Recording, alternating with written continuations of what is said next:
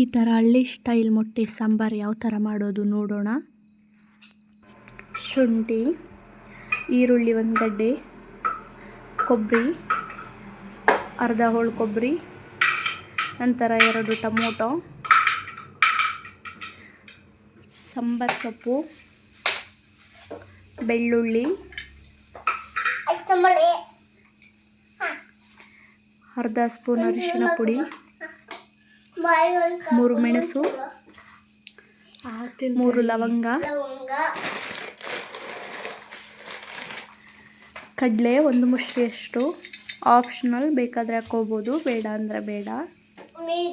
Sambar thickness ಬರೋಕ್ಕೋಸ್ಕರ ಕಡಲೆ ಹಾಕ್ತಾರೆ.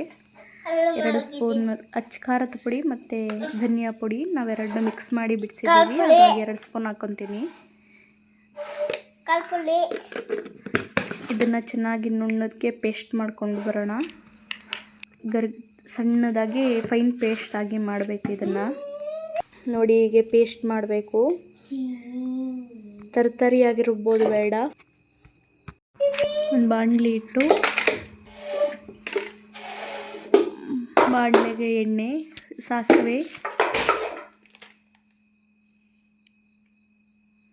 ಈರುಳ್ಳಿ ಸಣ್ಣದಾಗಿ ಹೆಚ್ಕೊಂಡು ಈರುಳ್ಳಿನ ಚೆನ್ನಾಗಿ ಗೋಲ್ಡನ್ ಬ್ರೌನ್ ಬರೋ ತನಕ ಬಾಡಿಸ್ಕೊಬೇಕು. ನಂತರ ಅದಕ್ಕೆ ಖಾರ ಹಾಕಿ ಚೆನ್ನಾಗಿ ಕುದಿಸ್ಕೋಬೇಕು, ರುಬ್ಬಿರೋ ಖಾರನ.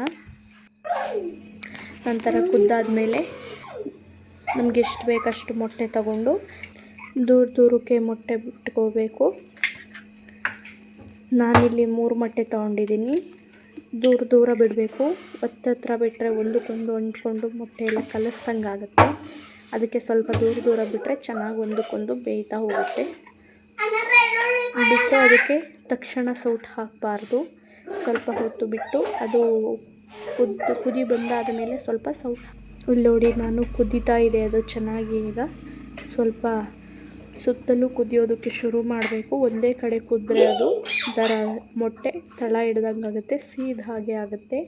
ಸೊ ಅದಕ್ಕೆ ಅದು ಚೆನ್ನಾಗಿ ಕುದಿಯೋವರೆಗೂ ಸುಮ್ಮನೆ ಇದೆ. ಆಮೇಲೆ ಒಂದು ಸೌಟ್ ತೊಗೊಂಡ್ರೆ ಒಂಥರ ಅಮುಕ್ತಂಗೆ ಆಗುತ್ತೆ. ಅದಕ್ಕೆ ನಾನು ರೊಟ್ಟಿ ಅಲ್ಲೇ ತಗೊಂಡಿದ್ದೀನಿ. ಅದಕ್ಕೆ ನಾನು ಸ್ವಲ್ಪ ಅದು ಚೆನ್ನಾಗೆಲ್ಲ ಕುದ್ಮೇಲೆ ಮಿಕ್ಸ್ ಮಾಡಿ ಸ್ವಲ್ಪ ಕೊತ್ತಂಬರಿ ಸೊಪ್ಪು ಹಾಕಿ ಚೆನ್ನಾಗಿ ಅದನ್ನು ಬೇಯಿಸ್ಕೋಬೇಕು. ಆ ಕೊತ್ತಂಬರಿ ಚೆನ್ನಾಗಿ ಅದರ ಫ್ಲೇವರ್ ಎಲ್ಲ ಹಿಡಿದ್ರೆ ಇನ್ನೂ ಚೆನ್ನಾಗಿ ಘಮ ಬರುತ್ತೆ ಮತ್ತು ಫ್ಲೇವರ್ ಸಹ ಚೆನ್ನಾಗಿರುತ್ತೆ. ಇದನ್ನು ನೀವು ರೊಟ್ಟಿಗೆ, ಚಪಾತಿಗೆ, ಅನ್ನ ಸಾಂಬಾರು, ಮುದ್ದೆಗಂತೂ ಸೂಪರ್ ಕಾಂಬಿನೇಷನ್ ಆಗಿರುತ್ತೆ. ಇದು ಚೆನ್ನಾಗಿ ಬೇಯಬೇಕು.